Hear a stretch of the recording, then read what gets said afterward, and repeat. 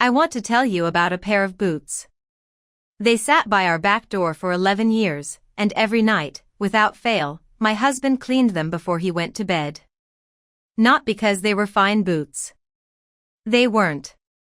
They were the same steel-toed pair he'd had since before I met him, resoled twice, the leather gone soft and gray in the places where a boot remembers a man's walk. He'd wipe them down with an old dish towel, check the laces, set them by the mat facing the door, ready to go. I used to think it was a habit from the years he didn't have much else to take care of. It took me a long time to understand it was the opposite. It was the one thing he'd decided, a long time ago, that he would never again let fall apart on his watch. The boundary in our marriage was never romantic. It was pride. My family made it very clear, for years, that they believed a man who had once slept in his car had no right to be careful with anything, least of all with me. That boundary was named the day I brought him home, and it never moved, until the year they needed him more than they had ever needed anyone. My name is Elena Marsh. I was 31 the year this story starts, working the front desk at a mid-sized accounting firm in a river town in Ohio I won't bother naming, because it could be any of 100 towns like it. I grew up middle class in the way that towns like that mean it, a split-level house, a father who sold insurance, a mother who kept the good china behind glass and brought it out twice a year. I have one brother, Richard, older than me by 4 years, who did everything in the order our parents expected: college, law degree, a wife named Patrice who plays tennis on Tuesdays, 2 kids, a house in the part of town with sidewalks. I tell you all this because the order matters. You have to understand the family I came from to understand what it meant when I brought Thomas Callahan into it. I met Tom on a Tuesday in October, at the public library, of all places, where I'd gone to return a stack of books during my lunch hour. He was at a table near the back, filling out what I'd later learn were job applications, in handwriting so careful it looked like it belonged to someone practicing penmanship for the first time. He asked me, quietly, almost apologetically, if I knew whether the library had a working stapler, because his had 2 application pages that kept sliding apart, and he didn't want an employer to think he couldn't keep his own paperwork in order. That was Tom. Even at his lowest, worried about looking careless. I found him the stapler.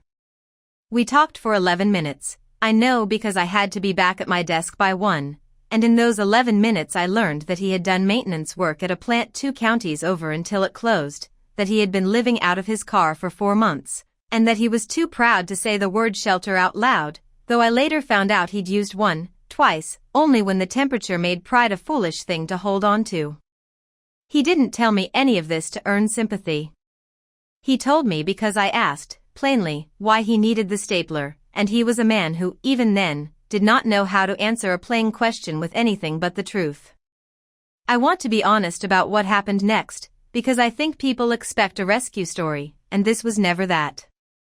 I didn't save Tom Callahan. I liked him.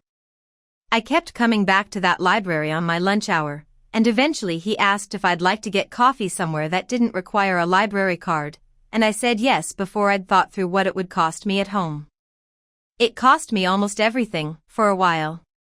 My mother, Diane, met Tom exactly once before she decided what he was. He came to Sunday dinner in the only clean shirt he owned, and when my father asked what he did for work, Tom said, without flinching, that he was between things, that he'd been doing day labor and odd jobs since the plant closed, and that he was looking for something steady. My mother's fork went down very quietly on her plate. My brother Richard didn't say much that night, but he found me in the kitchen afterward and asked, in the reasonable, lawyerly voice he uses when he thinks he's being kind, whether I understood what I was doing to myself. Not to him, to myself. As though Tom were a decision I was making about my own life and not a person sitting 12 feet away trying to eat pot roast with dignity. That was the line. That was the boundary drawn plainly and early, the way these things should be, so nobody can later pretend they didn't know where it was. My family believed Tom Callahan was, in the word my mother actually used once, thinking I couldn't hear her through the pantry door, worthless. Not unlucky. Not down on his luck. Worthless, like a currency that had stopped being accepted anywhere. And once that word existed in our house, it never fully left. It sat under every holiday, every phone call, every year that followed. I married him anyway, 18 months later, in a courthouse, with 2 witnesses who were not my parents and not my brother. My mother did not come. She sent a card, later, that said she hoped I knew what I was doing, which is the kind of sentence that sounds like love and functions like a verdict. What I want you to understand about those years is that Tom never once asked me to choose him over my family. He never made me repeat back the things they'd said. When I'd come home from a strained dinner and cry in the car before I came inside, he'd have dinner waiting, and he'd ask how it went, and if I said fine, he'd let it be fine. He built us a life out of the kind of steady, unglamorous work that people like my mother don't count as success because it doesn't come with a title.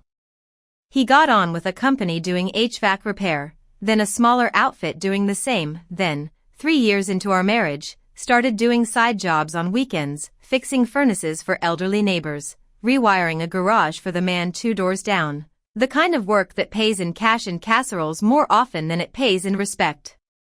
We didn't have much. We had a 2-bedroom rental with a porch that leaned slightly to the left, and a habit, every Friday, of ordering the same cheap pizza and eating it on that porch, watching the street, not saying much, which is its own kind of full sentence when you've had a long week. There is a motif I want to plant here, because it comes back later, twice. The first is a coffee can.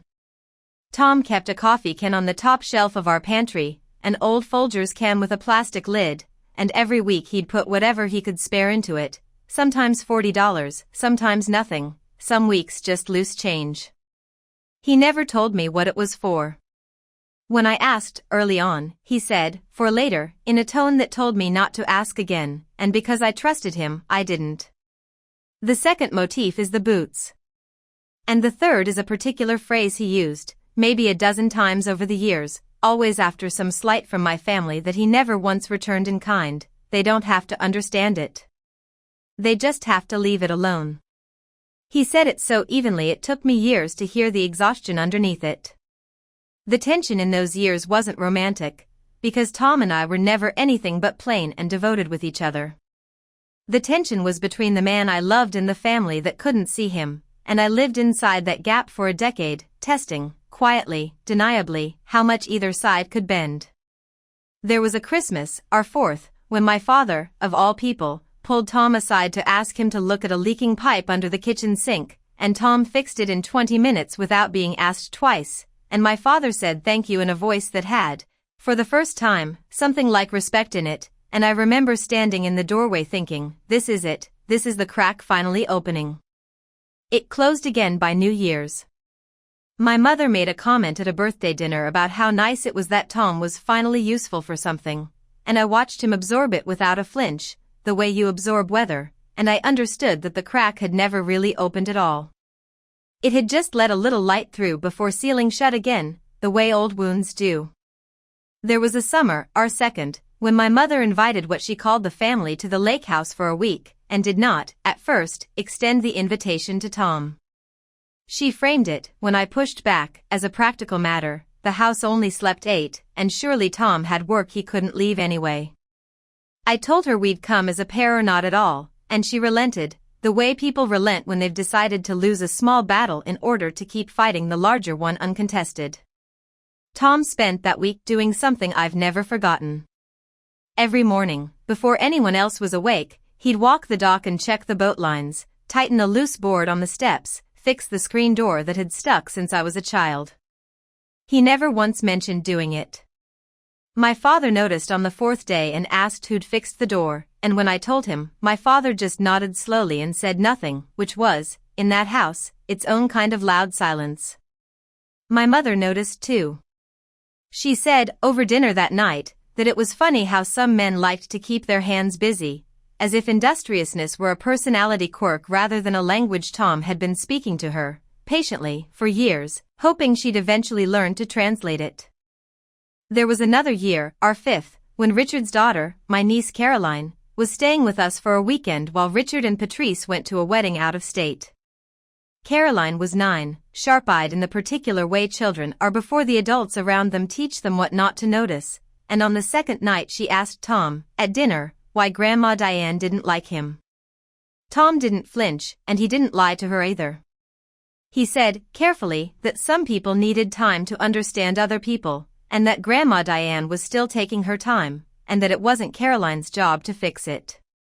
Caroline considered this with the seriousness only a 9-year-old can bring to a stranger's heartbreak, and then she said, I like you, in the plain, unqualified way children offer their loyalties, and Tom had to look down at his plate for a moment before he answered her. I never told my mother about that dinner. I've always wondered if it would have changed anything, or whether by then the shape of her judgment was too set to be moved by a child's opinion. My sister-in-law Patrice, to her credit, was the one who asked me the direct question nobody else would. At Richard's 40th birthday party, out on the back deck, away from the others, she asked me, plainly, whether I ever regretted it. Not Tom, she was careful to say, but the life, the strain of it, the years of my mother's silences. I told her the truth, which was no, not once, but that I regretted how much of my life had been spent defending a decision I'd never once doubted. She didn't push further. She just squeezed my hand and went back inside, and I stood on that deck a long time, watching Tom through the sliding door, laughing at something my nephew said, easy and unguarded in the one corner of my family's world where a child hadn't yet learned to see him the way the adults did. The reason nothing ever broke that stalemate, the reason my family's judgment and Tom's pride sat locked against each other for a decade without either side yielding, was not cruelty on their part or weakness on his. It was, if I'm honest and fair to everyone in this story, a wound my mother carried from her own father, a man who drank and gambled and left them, more than once, with nothing, and who called himself, in his good years, between things, the exact phrase Tom had used at that first dinner. My mother heard her own father's ghost in Tom's mouth that night, and she never forgave him for the resemblance, though it was a resemblance of language, not of character, and she was never able to separate the two. I don't say this to excuse her. I say it because it's the truth, and because understanding it, years later, was its own kind of grief. There was one dinner, the 6th year, where the boundary was tested directly and neither side crossed it. My father had lost his job, a corporate restructuring, the kind of layoff that comes dressed in language about streamlining, and at dinner that night, in front of everyone, my mother said, tightly, that she didn't know how they'd manage if things got worse. Tom, without any performance of generosity, without making it a moment, said quietly that if they ever needed anything, they should just say so. My mother looked at him the way you look at a bill you don't intend to pay, and said, I think we'll manage on our own, thank you, and the subject changed. Tom never brought it up again. Neither did I. That was the line holding, exactly where it had always held, an offer made honestly, and a refusal made out of pride that matched his own pride, tooth for tooth, though neither of them would have called it that. Time did what time does. My father's health began to slip in his late 60s, a heart that needed watching, then a stent, then a second one. Richard's law practice went through a lean stretch when his firm lost a major client. My mother, who had never worked outside the home, found herself, in her early 70s, doing arithmetic she'd never had to do before, retirement savings against medical bills against a mortgage they'd refinanced twice. Tom and I moved, in year 9, to a slightly bigger place across town, and his side work had grown, quietly, into something close to a small business, 3 men working under him some weeks, a truck with his name stenciled on the door, Callahan Mechanical. My mother never once asked him how the business was doing. I don't think she let herself notice it was a business at all. To her, I believe, Tom would always be a man filling out an application at a library table, and updating that picture would have meant admitting she'd been wrong, and my mother was not a woman built for that particular admission. The call came on a Tuesday in March, 11 years and 4 months into our marriage. Richard called, not my mother. I want to note that, because it tells you something about how far gone things had gotten that he made the call and she didn't. Our father's heart had taken a serious turn, surgery scheduled within the week, an amount owed to the hospital that insurance wouldn't fully cover, a figure Richard said out loud in a flattened, careful voice, The voice of a man reciting bad news he's rehearsed in the car. And then, after a pause that told me everything about what it cost him, he asked if there was any way Tom and I could help. I want to render this next part exactly as it happened, because it's the center of everything. I told Richard I'd talked to Tom, and I hung up, and I found Tom in the garage, elbow deep in a furnace motor he was rebuilding for a customer, and I told him what Richard had said. I watched his face for a long moment, not for anger, I never expected anger from him, but for the particular tiredness he gets when my family asks him for something after years of making him feel like nothing. He wiped his hands on a rag, and he said, "How much?" I told him the number. He didn't say anything for a second. Then he walked past me, into the house, up into the hall closet, and pulled down a shoebox I had genuinely never seen before in 11 years of marriage, not the coffee can, something else entirely, tucked behind winter blankets, and inside it were bank statements. Not from our joint account. From an account in his name alone, one he'd opened the year we got married, one he had fed, quietly, every week, with the side work money, the coffee can money, years of $40 deposits nobody had ever asked him about because nobody had ever thought to ask what a man like that could possibly be saving toward. The balance was not a fortune. But it was enough, almost to the dollar, to cover what my father needed, and enough, I realized with a slow, sick understanding, because Tom had been quietly building toward exactly this kind of moment for over a decade, without telling me, without telling anyone, in case the day ever came when my family needed something only he could give. "You've had this the whole time," I said. It wasn't an accusation. I don't think I knew what it was yet. "I didn't want it to change how you saw them," he said. "Or how they saw themselves. Money you know is coming changes how people act. I wanted your dad to get better because his kids showed up, not because I wrote a check with strings on it." He closed the shoebox lid slowly. "And I didn't want it to be a thing I held over your mother's head. If I ever gave it, I wanted her to be able to take it without it costing her the last of her pride. That only works if she doesn't know how long I've been ready." I sat down on the edge of our bed and I cried in a way I hadn't in years, not sad, exactly, though there was sadness in it, but something closer to the release of a held breath I hadn't known I was holding since that first Sunday dinner. 11 years of watching my family diminish him, and the entire time, without a word of resentment, he had been quietly preparing to catch them if they fell. We sat with my parents 2 days later, in their kitchen, the same kitchen where my mother had once said Tom was finally useful for something. Tom slid the check across the table without ceremony, the way he'd hand someone a tool they needed. My father's hands shook when he picked it up. My mother didn't reach for it at all. She looked at Tom for a long moment, and I watched something move behind her eyes that I hadn't seen in 11 years, not gratitude, not yet, but the first crack of a woman realizing the ledger she'd been keeping her whole life might have the wrong entries in it. "Why?" she finally said. Just the one word. Tom thought about it before he answered, the way he thinks about everything. "Because he's Elena's father," he said. "And because 11 years ago somebody let me eat dinner at this table when they didn't have to." I never forgot that, even on the nights it was a hard dinner to sit through. He didn't say it unkindly. He said it the way you'd note the weather. My mother's mouth opened and then closed, and for the first time in over a decade, she didn't have a ready answer. That was not the moment everything healed. I want to be honest with you about that, because I think this kind of story is too often told as though one gesture erases 11 years, and it doesn't, and it shouldn't. My mother didn't apologize that day. She's never fully apologized, not in the direct way I used to imagine she would if this moment ever came.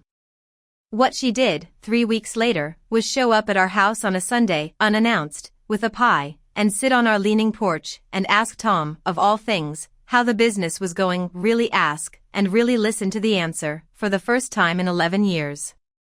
It was such a small thing. It was the largest thing that had happened between them since the day I brought him home. I went back, in the weeks after, to the earlier pieces of our life together, the way you do when a new fact rearranges everything that came before it. The coffee can made sense now, not a mystery, but a decade of quiet preparation. The phrase he used to say, "They don't have to understand it, they just have to leave it alone," made sense in a new register too. I understood, finally, that he'd never needed my family's approval because he'd been steadily, privately building toward the day his actions would speak past all of it. Even the boots by the door took on a different weight. A man who cleans his boots every night for 11 years, in case tomorrow is the day he has to walk back into a life he clawed his way out of, is a man who never once stopped being careful with what little he'd built, including, I understood now, his patience with people who had never been careful with him. I asked him once, that spring, whether he'd ever resented them, my mother, specifically, for the word she used, the one I'd overheard through the pantry door all those years ago and never told him I'd heard. He was quiet for a moment, and then he said the truest thing he's ever said to me. I spent 4 months not knowing where I'd sleep. I know what worthless actually feels like. Your mother's never been there. She was scared of becoming something she saw in her own father, and she put that fear on me because I was standing closest to it. I'm not going to pretend that didn't sting. But I decided a long time ago I wasn't going to let somebody else's fear decide what I built with you. That's not forgiveness exactly. It's something steadier than forgiveness. It's a man who simply refused to let another person's smallness become the shape of his own life. My father recovered from the surgery. He's slower now, more careful with himself, and something in him softened afterward that I think only nearly losing your life can soften. He and Tom talk now, actual talk, not performances of politeness, about furnaces, mostly, and the Reds, and once, memorably, about my father's own father, a man he'd never spoken of to me before, who it turns out had also, once, lost everything and had to build it back with his hands. My mother is still my mother. She still keeps the good china behind glass. But she asks about Callahan Mechanical now, unprompted, and last month she asked Tom, hesitantly, almost shyly, if he might come look at a strange noise in her furnace, and he went, that same evening, and fixed it, and stayed for coffee afterward, and I sat in the car outside for a minute before going in, just to let myself feel what that ordinary, unremarkable evening actually meant. There was one more scene that summer that I think belongs here, because it's the closest thing we ever got to the conversation I'd spent 11 years imagining. My mother called me, alone, on a Wednesday afternoon, and asked if she could come by while Tom was at work. I said of course, and I made coffee, and she sat at our kitchen table, a table Tom had built himself, from salvaged oak, in our second year of marriage, something I don't think she'd ever really looked at before that day. She ran her hand along the edge of it for a while before she spoke. She told me that when she was a girl, her father had come home one December with a car he couldn't afford and no explanation for where the money had gone, and that for 3 weeks that Christmas there had been no heat in their house, and her mother had cried in the kitchen every night believing no one could hear her. She said she had promised herself, at 11 years old, that she would never again be a woman who didn't ask the hard questions early, who let a man's charm or hardship talk her out of her own judgment. She said that when I brought Tom home, filling out a job application at a library table with nothing to his name, she had seen her father so clearly in him that she hadn't been able to see anything else. I wasn't judging him, she said, which wasn't quite true, and I think she knew it wasn't quite true even as she said it. I was refusing to be my mother again. I just picked the wrong man to refuse it on. She didn't cry, not really. My mother has never been a woman who cries in front of people, but her voice went thin in a way I'd never heard it go thin before. I didn't tell her it was fine. It wasn't fine, not entirely, not even then. But I took her hand across that oak table, and I told her that Tom had never once asked to be understood, only to be left alone to prove himself in his own time, and that time, finally, had come due. She nodded, and drank her coffee, and before she left she asked, quietly, almost as an afterthought, if I thought Tom would mind if she called him herself sometime, just to talk. I told her I thought he'd like that more than she could know. I don't know that my mother and Tom will ever be close in the way people mean when they use that word. I've stopped needing them to be. What I know is that the boundary that stood between them for 11 years, worthless on one side, pride on the other, didn't get torn down in some grand, cinematic reconciliation.